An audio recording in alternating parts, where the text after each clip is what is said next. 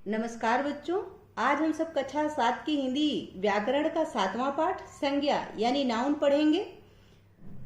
Noun किसे कहते हैं, संज्ञा किसे कहते हैं? किसी व्यक्ति, वस्तु, स्थान, भाव या प्राणी के नाम को संज्ञा कहते हैं। तो संज्ञा को हम इस पाठ के माध्यम से विस्तार पूर्वक पढ़ेंगे। पहले नीचे दिए गए चित्रों को देखिए और वाक्यों को पढ़िए। यहाँ ताजमहल का चित्र दिया गया है और लिखा है ताजमहल आगरा में है। दूसरा घोड़े का चित्र है, घोड़ा घास खा रहा है। तीसरा खेलते हुए बच्चों का चित्र है, बच्चे गेंद से खेल रहे हैं।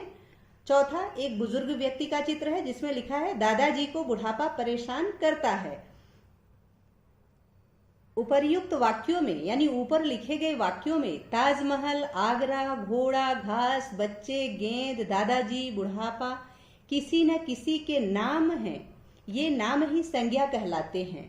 ये नाम जो यहाँ लिखे गए हैं ये सारे संज्ञा कहलाते हैं।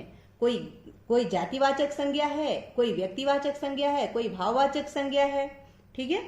संज्ञा की परिभाषा यहाँ दी गई है कि किसी व्यक्ति, प्राणी, वस्तु, स्थान या भाव के नाम को संज्ञा कहते हैं। आगे है संज्ञा के भेद यानी काइंड्स ऑफ नाउन। संज्ञा के मुख्यतः 3 भेद हैं, यानी संज्ञा मुख्यतः 3 प्रकार की होती है। पहला है व्यक्तिवाचक संज्ञा, दूसरा है जातिवाचक संज्ञा और तीसरा है भाववाचक संज्ञा। अब आप यहाँ देखें कि व्यक्तिवाचक संज्ञा जैसे ताजमहल आगरा, ये ताजमहल व्यक्तिवाचक संज्ञा है। घोड़ा जातिवाचक संज्ञा है। ये बच्चे जो है ये भी जातिवाचक समूहवाचक संज्ञा है, ये कलेक्टिव नाउन, जो कि इसका भाव नहीं है, ये अंग्रेजी व्याकरण के अनुसार आया हुआ है। दादाजी का बुढ़ापा जो है यह भाववाचक संज्ञा है। तो संज्ञा के 3 भेद हैं, व्यक्तिवाचक, जातिवाचक और भाववाचक। अब हम इनका एक एक करके अध्ययन करेंगे। पहले व्यक्तिवाचक संज्ञा यानी प्रॉपर नाउन।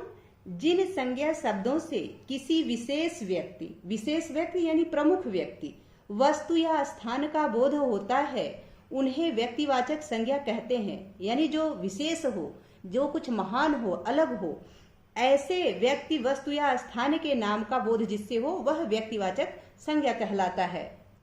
व्यक्तिवाचक संज्ञा का उदाहरण जैसे विशेष व्यक्ति रामचंद्र, महात्मा गांधी, सूरदास, कृष्ण आदि, ये व्यक्तियों के नाम हैं जो कि विशेष हैं, इसलिए यहाँ व्यक्तिवाचक संज्ञा है। विशेष स्थान का नाम जैसे आगरा, मुंबई, कोलकाता, दिल्ली, चेन्नई आदि, तो ये स्थान का नाम है जो कि विशेष है, ये व्यक्तिवाचक संज्ञा है। विशेष स्थल जैसे ताजमहल, लाल किला, बिरला मंदिर इत्यादि, ये सारे विशेष स्थल हैं, ये व्यक्तिवाचक संज्ञा है। विशेष ग्रंथ यानी पुस्तकें जैसे गीता, रामचरितमानस, बाइबिल, कुरान आदि, ये सभी भी व्यक्तिवाचक संज्ञा में ही आते हैं। दूसरा है जातिवाचक संज्ञा यानी कॉमन नाउन।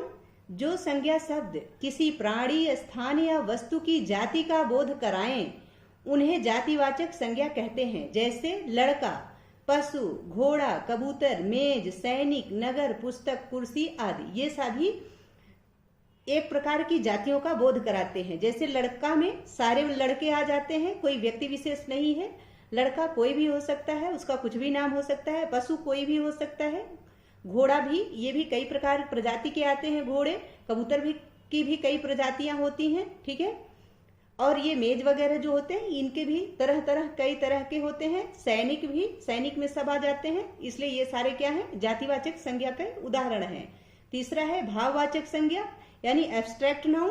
तो जो संज्ञा शब्द किसी व्यक्ति, प्राणी, वस्तु के गुण या दोष, स्वभाव, अवस्था का ज्ञान कराते हैं उन्हें भाववाचक संज्ञा कहते हैं। यानी जिनके द्वारा हमें किसी के गुण या दोष का पता चले, उसके स्वभाव का पता चले, उसकी अवस्था का पता चले, अच्छाई बुराई इत्यादि का पता चले, उसे भाववाचक संज्ञा कहते हैं। जैसे ईमानदारी, बुढ़ापा, मिठास, जवानी, कड़वाहट, सुंदरता इत्यादि, ये सारे भाववाचक संज्ञा के उदाहरण हैं। संज्ञा के जो मुख्य भेद थे व्यक्तिवाचक, जातिवाचक और भाववाचक संज्ञा, इनको हमने पढ़ लिया। अब कुछ संज्ञा के और भेद माने जाते हैं जो कि अंग्रेजी व्याकरण के अनुसार हिंदी में आए हुए हैं। तो कुछ लोग अंग्रेजी व्याकरण के प्रभाव स्वरूप संज्ञा के 2 भेद और करते हैं, यानी 2 और भेद संज्ञा के माने गए हैं जो कि अंग्रेजी व्याकरण के प्रभाव से हिंदी में आए हुए हैं। तो इसमें पहला है द्रव्यवाचक संज्ञा यानी मटेरियल नाउन और दूसरा है समूहवाचक संज्ञा यानी कलेक्टिव नाउन। तो द्रव्यवाचक संज्ञा क्या है? किसी पदार्थ या द्रव्य का बोध कराने वाले संज्ञा शब्द जो होते हैं उन्हें द्रव्यवाचक संज्ञा कहते हैं। जैसे लोहा, गेहूं, पीतल, सोना, चांदी, कुछ भी, गेहूं, चीनी, चावल, ये सारी चीजें जो है ये द्रव्यवाचक संज्ञा में आते हैं। ठीक है। दूसरा है समूहवाचक संज्ञा यानी कलेक्टिव नाउन।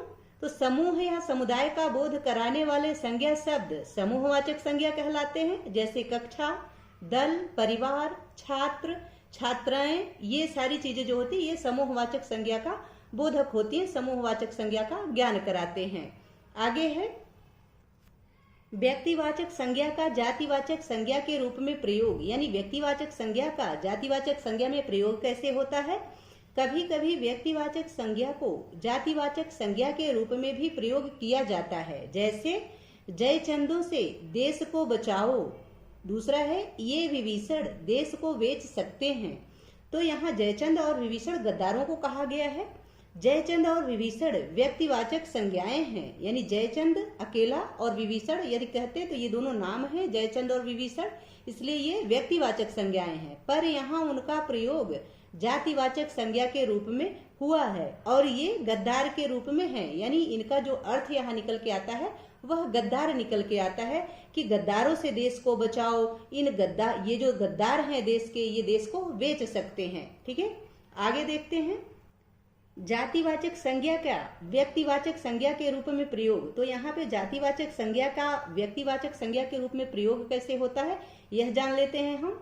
कभी कभी जातिवाचक संज्ञा भी व्यक्तिवाचक संज्ञा का रूप ले लेती है, यानी कभी कभी जातिवाचक संज्ञा व्यक्तिवाचक संज्ञा बन जाती है। जैसे पंडित जी भारत के प्रथम प्रधानमंत्री बने, गांधी जी ने देश को स्वतंत्र कराया। यहाँ पंडित जी, गांधी जी जातिवाचक संज्ञाएं होते हुए भी यहाँ इनसे पता नहीं चल रहा है कि ये कौन से पंडित जी हैं। ठीक है, इसलिए यहाँ पे जातिवाचक संज्ञा है। गांधी जी में आजकल कितने सारे गांधी हैं, महात्मा गांधी ही गांधी नहीं है, बहुत सारे लोग गांधी प्रजाति के हो गए हैं, जाति के हो गए हैं, इसलिए ये यहाँ जातिवाचक संज्ञाएं हैं। लेकिन जातिवाचक संज्ञाएं होते हुए भी व्यक्ति विशेष के लिए प्रयुक्त होने के कारण व्यक्तिवाचक संज्ञा बन गई है। यहाँ इनका प्रयोग पंडित जवाहरलाल नेहरू और मोहनदास करमचंद गांधी के लिए हुआ है। यहाँ ये किसी जाति विशेष के लिए प्रयोग नहीं हुई है, बल्कि किसी व्यक्ति विशेष के लिए इनका प्रयोग किया गया है कि पंडित जी। और आपको यहाँ पता चल रहा है कि भारत के प्रथम प्रधानमंत्री बने, इससे आपको पता चलता है कि यह बात पंडित जवाहरलाल नेहरू के विषय में कही गई है। दूसरा, गांधी जी ने देश को स्वतंत्र कराया, इस वाक्य को पढ़ने पे आपको पता चलता है कि ये महात्मा गांधी जी के विषय में कहा गया है, इसलिए ये व्यक्तिवाचक संज्ञा हो गई है। ठीक है, यहाँ पंडित जवाहरलाल नेहरू और मोहनदास करमचंद गांधी के लिए इनका प्रयोग हुआ है, इसलिए ये व्यक्तिवाचक संज्ञा हो गए हैं, जो कि यहाँ पंडित जी और गांधी जी के नाम से जातिवाचक संज्ञा रहते हैं। ठीक है, आगे देखते हैं भाववाचक संज्ञाओं की रचना, यानी भाववाचक संज्ञाओं की रचना कैसे होती है, अब हम उसको जान लेते हैं। कुछ तो मूल रूप से भाववाचक संज्ञाएं होती हैं, यानी वास्तविक रूप से पहले से ही कुछ भाववाचक संज्ञाएं होती हैं, जैसे सत्य, असत्य, न्याय, हिंसा इत्यादि, ये सारे पहले से ही यानी मूल रूप से भाववाचक संज्ञाएं हैं।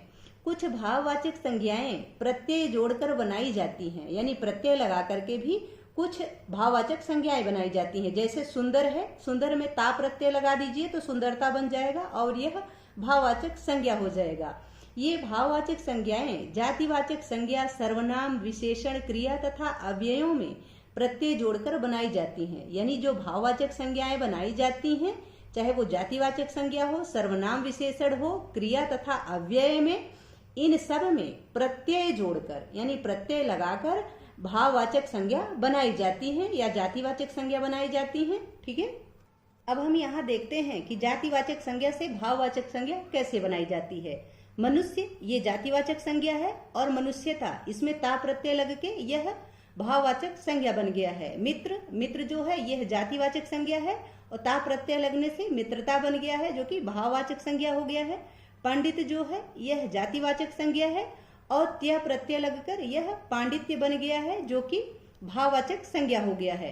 दास जातिवाचक संज्ञा है और दासता यह भाववाचक संज्ञा हो गया, इसमें ता प्रत्यय का प्रयोग हुआ है।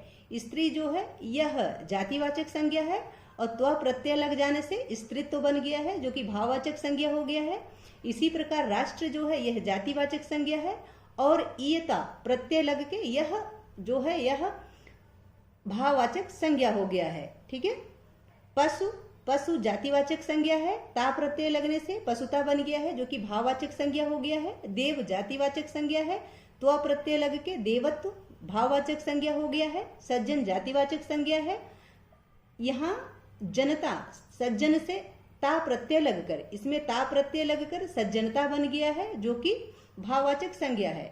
वीर शब्द है, यह जातिवाचक संज्ञा है वीर, और ता प्रत्यय लगने से वीरता बन गया है जो कि भाववाचक संज्ञा हो गया है। पिता जातिवाचक संज्ञा है, इसमें त्व प्रत्यय लगने से प्रतित्व बन गया है जो कि जाति भाववाचक संज्ञा हो गया है। भक्त शब्द जो है यह जातिवाचक संज्ञा है और इसमें ई प्रत्यय लगने से यह भक्ति बन गया है। ठीक है, जो कि भाववाचक संज्ञा हो गया है। आगे है सर्वनाम से भाववाचक संज्ञा, यानी सर्वनाम शब्दों से कैसे भाववाचक संज्ञा बनती है। जैसे अपना, अपना से अपनापन या अपनत्व, ये जो है भाववाचक संज्ञाएं बनी हुई हैं। ठीक है, यहाँ अपना में पन प्रत्यय लगा है और यहाँ पे त्व प्रत्यय लगा है जिससे अपनत्व और अपनापन शब्द बने हुए हैं। स्व है, यह सर्वनाम शब्द है, इसमें त्व प्रत्यय लग के स्वत्व बन गया है जो कि भाववाचक संज्ञा हो गया है। निज सर्वनाम शब्द है, इसमें ता प्रत्यय लग के और त्व प्रत्यय लग के निजता तथा निजत्व बन गए हैं और ये भाववाचक संज्ञा है। आप यह सर्वनाम शब्द है, इसमें आ प्रत्यय लग के आपा बन गया है जो कि भाववाचक संज्ञा है। अहम, अहम शब्द जो है यह सर्वनाम शब्द है और इसमें कार प्रत्यय लग के अहंकार शब्द बन गया है। ठीक है। मम, मम जो है यह सर्वनाम शब्द है, इसमें ता प्रत्यय लग के तथा त्व प्रत्यय लग के ममता तथा ममत्व भाववाचक संज्ञा बन गए हैं। आगे देखते हैं। आगे है विशेषण से भाववाचक संज्ञा, यानी विशेषण से भाववाचक संज्ञा कैसे बनती है।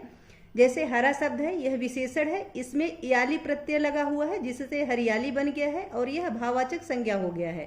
पीला शब्द है, यह विशेषण है, इसमें पन प्रत्यय लगा है जिससे पीलापन हो गया है और यह भाववाचक संज्ञा हो गया है। कायर शब्द है, इसमें ता प्रत्यय लगा हुआ है जिससे यह कायरता भाववाचक संज्ञा हो गया है। ऊंचा में ई प्रत्यय लगा हुआ है जिससे ऊंचाई यह भाववाचक संज्ञा बन गई है। सरल, यह विशेषण शब्द है, इसमें ता प्रत्यय लगा है जिससे सरलता शब्द बना है, यह भाववाचक संज्ञा हो गया है। कमजोर, कमजोर में ई प्रत्यय लगा हुआ है जिससे यह कमजोरी शब्द बन गया है और यह भाववाचक संज्ञा हो गया है। यह उदार विशेषण शब्द है जिसमें ता प्रत्यय लगा हुआ है और यह उदारता शब्द बन के भाववाचक संज्ञा हो गया है। लाल शब्द है जो कि विशेषण है, इसमें ई तथा इमा प्रत्यय लगा हुआ है जिससे लाली तथा लालिमा शब्द बने हैं और ये भाववाचक संज्ञा हो गए हैं। मधुर है, मधुर में आर्य प्रत्यय लगा हुआ है जिसके ये माधुर्य बन गया है। ठीक है, और यह भाववाचक संज्ञा हो गया है। काला शब्द है, काला विशेषण शब्द है, इसमें इमा प्रत्यय लगा हुआ है जिससे कालिमा शब्द बन गया है और यह भाववाचक संज्ञा हो गया है। आगे है क्रिया से भाववाचक संज्ञा, यानी क्रिया शब्दों से कैसे भाववाचक शब्द बनते हैं। जैसे कामना, कामना क्रिया शब्द है, इसमें ई प्रत्यय लगा और कमाई शब्द हो गया जो कि भाववाचक शब्द हो गया। हारना, यह भी क्रिया है और इसमें हार बना हुआ है। ठीक है, ना हटा दिया गया है और यह हार जो है यह भाववाचक शब्द बन गया है। ठीक है। उड़ना, उड़ना उड़ान, उड़ान शब्द से बना हुआ है। ठीक है, इसमें आ प्रत्यय लगा हुआ है। पूजना, पूजा शब्द से बना हुआ है जिसमें आ प्रत्यय लगा हुआ है। आगे है बचाना, बचाना बचत शब्द से बना हुआ है और इसमें आना प्रत्यय लगा हुआ है। काटना, कटाई, काटना शब्द है और ई प्रत्यय लगा हुआ है जिससे कटाई शब्द बना है और यह भाववाचक संज्ञा हो गया है। दौड़ना, दौड़ना में दौड़ शब्द है जो कि आ प्रत्यय लगने की वजह से दौड़ना शब्द बना हुआ है। ठीक है। कसना, कसना क्रिया शब्द है जिसमें आवट प्रत्यय लगा हुआ है और शब्द बन गया है कसावट जो कि भाववाचक संज्ञा हो गया है। बहना भी शब्द है, इसमें आव प्रत्यय लगा हुआ है जिसके वजह से बहाव शब्द हो गया है और यह भाववाचक हो गया है। बनना, बनना भी क्रिया शब्द है, इसमें आवट प्रत्यय लगा हुआ है जिसकी वजह से शब्द बन गया है बनावट और यह भाववाचक संज्ञा हो गया है। अब हम देखते हैं कि अव्ययों से भाववाचक संज्ञा कैसे बनते हैं, यानी अव्यय शब्दों से किस प्रकार से भाववाचक संज्ञा का निर्माण होता है। निकट, निकट अव्यय पद है, इसमें ता प्रत्यय लगा हुआ है जिससे निकटता शब्द बन गया है और यह भाववाचक संज्ञा हो गया है। दूर अव्यय पद है जिसमें ई प्रत्यय लगा हुआ है और दूरी शब्द बन के यह भाववाचक संज्ञा हो गया है। शीघ्र अव्यय पद है जिसमें ता प्रत्यय लग के यह शीघ्रता शब्द भाववाचक संज्ञा हो गया है। ऊपर अव्यय शब्द है और ई प्रत्यय लगकर ऊपरी शब्द बन गया है जो कि भाववाचक संज्ञा हो गया है। समीप अव्यय पद है, इसमें ता प्रत्यय लग के समीपता शब्द बन गया है जो कि भाववाचक संज्ञा का ज्ञान कराता है। मना शब्द है, यह भी अव्यय पद है और इसमें ई प्रत्यय लग के मनाही शब्द बन गया है जो कि भाववाचक संज्ञा का बोध करा रहा है, ठीक है, ज्ञान करा रहा है। आगे है, अब तक आपने पाठ में क्या पढ़ा। अब तक आपने पढ़ा किसी व्यक्ति, प्राणी, वस्तु, स्थान या भाव के नाम को संज्ञा कहते हैं। संज्ञा के मुख्यतः 3 भेद हैं, व्यक्तिवाचक संज्ञा, जातिवाचक संज्ञा, भाववाचक संज्ञा। संज्ञा के 2 अन्य भेद भी माने जाते हैं, कौन कौन से, द्रव्यवाचक संज्ञा और समूहवाचक संज्ञा। आगे है, भाववाचक संज्ञाएं जातिवाचक संज्ञाओं, सर्वनामों, विशेषणों, क्रियाओं तथा अव्ययों से भी बनाई जाती हैं, जिनका उदाहरण अभी आपने यहाँ पे ये सब देखा, ठीक है। आशा है कि यह पाठ आप सबको अच्छे से समझ में आ गया होगा। अब हम इस पाठ का अभ्यास कार्य कर लेते हैं। अभ्यास, बहुविकल्पीय प्रश्न, सही विकल्प चुने। पहला प्रश्न है, संज्ञा के मुख्यतः कितने भेद हैं, तो उत्तर है 3, इसलिए ग ऑप्शन सही है। दूसरा प्रश्न है, कौन सी संज्ञा समुदाय का बोध कराती है, तो उत्तर है समूहवाचक संज्ञा, इसलिए घ ऑप्शन सही है। तीसरा प्रश्न है, कौन सी संज्ञा कभी कभी व्यक्तिवाचक संज्ञा का रूप ले लेती है, तो इसका उत्तर है जातिवाचक संज्ञा कभी कभी व्यक्तिवाचक संज्ञा का रूप ले लेती है, इसलिए का ऑप्शन सही है। चौथा प्रश्न है, क्या जोड़कर जातिवाचक संज्ञा सर्वनाम, विशेषण, क्रिया तथा अव्ययों से भाववाचक संज्ञाएं बनाई जाती हैं, तो उत्तर है प्रत्यय जोड़कर, यानी प्रत्यय को जोड़ करके कभी कभी संज्ञा, सर्वनाम, विशेषण, क्रिया तथा अव्ययों से भाववाचक संज्ञा बनाई जाती है, इसलिए ख ऑप्शन सही है। पांचवा प्रश्न है, लोहा किस संज्ञा का उदाहरण है, तो उत्तर है द्रव्यवाचक, यानी का ऑप्शन सही है। छठा प्रश्न है, पशु की भाववाचक संज्ञा बनेगी पशुता, इसलिए का ऑप्शन सही है। सातवां प्रश्न है, साध्वी कौन सी संज्ञा है, तो साध्वी जातिवाचक संज्ञा है, इसलिए ख ऑप्शन सही है। आठवां प्रश्न है, मनमोहन सिंह कौन सी संज्ञा है, तो यह व्यक्तिवाचक संज्ञा है क्योंकि व्यक्ति विशेष का नाम लिया गया है, ठीक है, इसलिए का ऑप्शन सही है। नौवां प्रश्न है, ईमानदारी कौन सी संज्ञा है, तो उत्तर है भाववाचक संज्ञा, यानी ग ऑप्शन सही है। 10वां प्रश्न है, सोना कौन सी संज्ञा है, तो सोना द्रव्यवाचक संज्ञा है, इसलिए ग ऑप्शन सही है। 11वां प्रश्न है, सेना कौन सी संज्ञा है, तो सेना समूहवाचक संज्ञा है, इसलिए घ ऑप्शन सही है। 12वां प्रश्न है, निम्नलिखित विकल्पों में से किस विकल्प में सभी शब्द भाववाचक संज्ञाएं नहीं हैं, तो ग में ये जो बच्चा शब्द है यह भाववाचक संज्ञा नहीं है, इसलिए ग ऑप्शन सही है। बाकी सब में सारी भाववाचक संज्ञाएं हैं, ठीक है। इसमें अहंकार तथा अपनत्व भी भाववाचक संज्ञा है, परंतु बच्चा शब्द भाववाचक संज्ञा नहीं है, इसलिए ग ऑप्शन ही सही होगा। आगे है 13वां प्रश्न, निम्नलिखित विकल्पों में से किस विकल्प में सभी शब्द जातिवाचक संज्ञाएं नहीं हैं, तो घ ऑप्शन सही है क्योंकि इसमें जो दानवता शब्द है यह भाववाचक शब्द है, यह जातिवाचक संज्ञा नहीं है, इसलिए घ ऑप्शन सही है। बाकी सब में जो भी है वे सारे जातिवाचक संज्ञा हैं, ठीक है। इसमें दानवता शब्द, चोर और बच्चा ये जातिवाचक संज्ञा है, लेकिन दानवता जो है यह भाववाचक संज्ञा है, इसलिए घ ऑप्शन सही है, ठीक है। 14वां प्रश्न है, निम्नलिखित विकल्पों में से किस विकल्प में सभी शब्द संज्ञा नहीं है, यानी किसमें सभी शब्द संज्ञा नहीं है, इसमें ग ऑप्शन सही है क्योंकि तेज और नीला ये जो है यह विशेषण है और ये जो है संज्ञा शब्द नहीं है, ठीक है। बचपना संज्ञा शब्द है लेकिन तेज और नीला यह विशेषण है, इसलिए ग ऑप्शन सही है। यदि इसमें प्रत्यय लगाया जाए तो ये संज्ञा शब्द बन सकते हैं, ठीक है, लेकिन अभी नहीं लगा है इसलिए ये विशेषण है। 15वां प्रश्न है, निम्नलिखित विकल्पों में से किस विकल्प में कोई भी शब्द व्यक्तिवाचक संज्ञा नहीं है, तो पहला जो क है, वीरता, दुष्टता, थकान, इसमें सारे भाववाचक संज्ञा हैं, इसलिए यह जो है इसमें कोई भी व्यक्तिवाचक संज्ञा नहीं है, इसलिए का ऑप्शन सही है। आगे है बोधात्मक प्रश्न। पहला प्रश्न है संज्ञा किसे कहते हैं, उदाहरण सहित लिखिए। पहले प्रश्न का उत्तर है किसी व्यक्ति, प्राणी, वस्तु, स्थान या भाव के नाम को संज्ञा कहते हैं। उदाहरण है जैसे राम, दिल्ली, गंगा, सुंदरता इत्यादि। दूसरा प्रश्न है कि संज्ञा के कितने भेद हैं, प्रत्येक के दो दो उदाहरण लिखिए। दूसरे प्रश्न का उत्तर है संज्ञा के मुख्यतः 3 भेद हैं। पहला व्यक्तिवाचक संज्ञा, दूसरा जातिवाचक संज्ञा, तीसरा भाववाचक संज्ञा। तो इनके उदाहरण इस प्रकार हैं। व्यक्तिवाचक संज्ञा जैसे कृष्ण, रामचरितमानस। जातिवाचक संज्ञा सैनिक, पशु। भाववाचक संज्ञा मिठास, जवानी। अगला प्रश्न है तीसरा, अंग्रेजी व्याकरण के प्रभाव स्वरूप संज्ञा के कौन कौन से भेद किए गए हैं, उदाहरण के साथ उत्तर दें।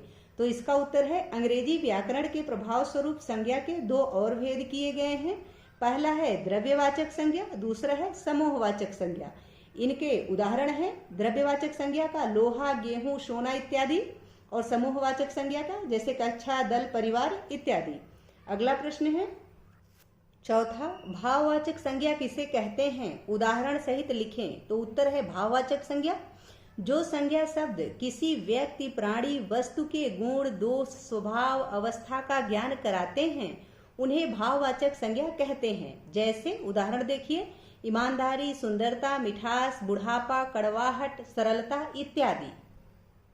आगे 5वां प्रश्न है प्रत्येक के 3-3 उदाहरण दीजिए, व्यक्तिवाचक संज्ञा के, जातिवाचक संज्ञा के, भाववाचक संज्ञा के। तो व्यक्तिवाचक संज्ञा का उदाहरण है राजेश, आगरा, गीता। जातिवाचक संज्ञा सैनिक, नगर, पुस्तक। भाववाचक संज्ञा ईमानदारी, बुढ़ापा, मिठास। छठा प्रश्न है निम्नलिखित शब्दों में से उचित भाववाचक संज्ञा चुनकर लिखिए। प्यास, प्यास के लिए उचित भाववाचक संज्ञा है प्यासा, ठीक है, तो यहाँ प्यासा भरा जाएगा। दूसरा है थकान, थकान में आवट प्रत्यय लग के थकावट शब्द बना है और यह ही भाववाचक संज्ञा है, इसलिए यहाँ थकावट भरा जाएगा। ग है स्वामी, स्वामी में त्व प्रत्यय लग के स्वामित्व शब्द बना है और यह भाववाचक संज्ञा है, ठीक है। घ है शिक्षक, शिक्षक में शिक्षकत्व त्व प्रत्यय लगा हुआ है और यह भाववाचक संज्ञा बन गया है। ङ है सज्जन, सज्जन में ता प्रत्यय लग के सज्जनता शब्द बना है जो कि भाववाचक संज्ञा हो गया है, ठीक है, इसलिए इसमें सज्जनता भरा जाएगा। आगे 7वां प्रश्न है निम्नलिखित भाववाचक संज्ञाएं जिन शब्दों से बनी हैं उन्हें लिखिए। शैशव शिशु शब्द से बना हुआ है। ख ब्राह्मणत्व, यह ब्राह्मण शब्द से बना हुआ है। ग अपनत्व, यह अपना शब्द से बना हुआ है। घ वाचालता, यह वाचाल शब्द से बना हुआ है। आगे है ङ माधुर्य, यह मधुर शब्द से बना हुआ है। च है हरियाली, यह हरा शब्द से बना हुआ है। छ है मानवता, यह मानव शब्द से बना हुआ है। ज है देखभाल, यह देख शब्द से बना हुआ जिसमें भाल प्रत्यय लगा हुआ है। झ है महंगाई, महंगाई महंगा शब्द से बना हुआ है। न्या है धिक्कार, यह दिक शब्द से बना हुआ है। आगे है 8वां प्रश्न निम्नलिखित वाक्यों में से उचित संज्ञा शब्द छांटिए तथा उनके भेद लिखिए। तो इसका उत्तर है क है हमारे खेत में बहुत हरियाली है, इसमें हरियाली संज्ञा शब्द है और यह भाववाचक संज्ञा है। दूसरा है ख गायक भीमसेन जोशी हमारे बीच नहीं रहे, इसमें भीमसेन जोशी जो है यह व्यक्तिवाचक संज्ञा है। ग है गुजरात में गुजराती बोली जाती है, इसमें गुजरात शब्द व्यक्तिवाचक संज्ञा है जो स्थान विशेष के लिए प्रयोग हुआ है। घ है मेरे गांव में 10 गायें हैं, इसमें गायें शब्द जो है यह संज्ञा शब्द है और यह जातिवाचक संज्ञा है। ङ है कुरान एक पवित्र ग्रंथ है, इसमें कुरान संज्ञा शब्द है और यह व्यक्तिवाचक संज्ञा है जो कि विशेष ग्रंथ के लिए प्रयोग हुआ है। 9वां प्रश्न है निम्नलिखित संज्ञाओं को उचित शीर्षक के नीचे लिखो। यहाँ जो संज्ञा शब्द दिए गए हैं मंजूषा में, इनको आपको उचित संज्ञा क्रम में लिखना है। व्यक्तिवाचक संज्ञा को व्यक्तिवाचक संज्ञा में, जातिवाचक को जातिवाचक में, भाववाचक को भाववाचक में। पहले हम व्यक्तिवाचक संज्ञा देख लेते हैं। तो व्यक्तिवाचक संज्ञा क्या क्या है? गंगा, रमेश, चेन्नई, हिमालय, कमीज, ये जो है यह व्यक्तिवाचक संज्ञा है। जातिवाचक संज्ञा गाय, गांव, नदी, खेत, शिशु, नगर, पुस्तक, मेज, ये जातिवाचक संज्ञाएं हैं। भाववाचक संज्ञा ईमानदारी, ऊंचाई, सच्चाई, कोमलता, सरलता, ये भाववाचक संज्ञाएं हैं। आगे 10वां प्रश्न है भाववाचक संज्ञा बनाइए।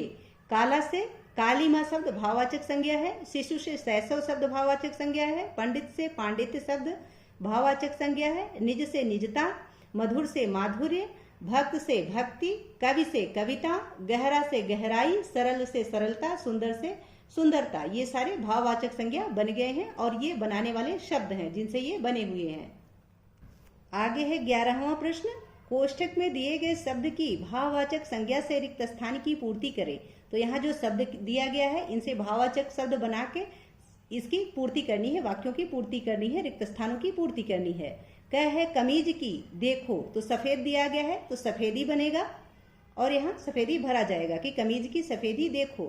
ख है सैनिकों की, यहाँ वीर दिया गया है तो वीरता शब्द भरा जाएगा कि किससे सुनाइए, यानी सैनिकों की वीरता के किससे सुनाइए। ग है भवन की, तो सुंदर शब्द है तो सुंदरता शब्द बनेगा, भाववाचक संज्ञा देखते ही बनती है, यानी भवन की सुंदरता देखते ही बनती है। ठीक है। घ है गीता के चेहरे पर, लाल यहाँ दिया गया है तो यहाँ लाली या लालिमा आप दोनों लिख सकते हैं, चाहे लाली या लालिमा दिखाई दे रही है, यानी गीता के चेहरे पर लाली दिखाई दे रही है या गीता के चेहरे पर लालिमा दिखाई दे रही है।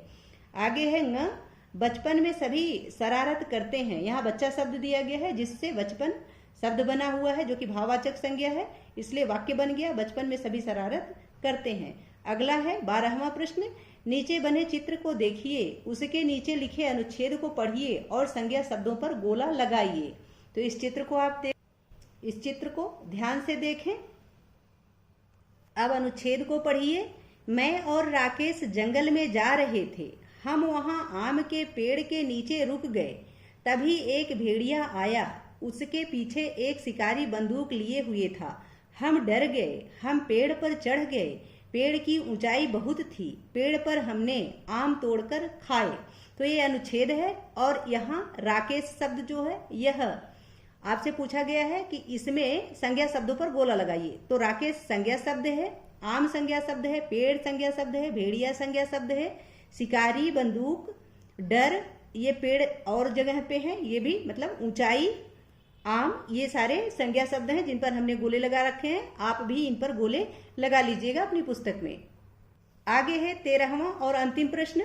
व्यक्तिवाचक संज्ञा का जातिवाचक संज्ञा में प्रयोग का एक उदाहरण दीजिए। तो इसका उत्तर है कि इन जयचंदों से देश को बचाओ। वैसे तो जयचंद जो है यह व्यक्तिवाचक शब्द है, लेकिन यहाँ जयचंदों का मतलब है कि इन गद्दारों से देश को बचाओ, इसलिए यह यहाँ जातिवाचक संज्ञा का बोध करा रहे हैं, जातिवाचक संज्ञा का ज्ञान करा रहे हैं, जिनकी वजह से गद्दारों का पता चलता है।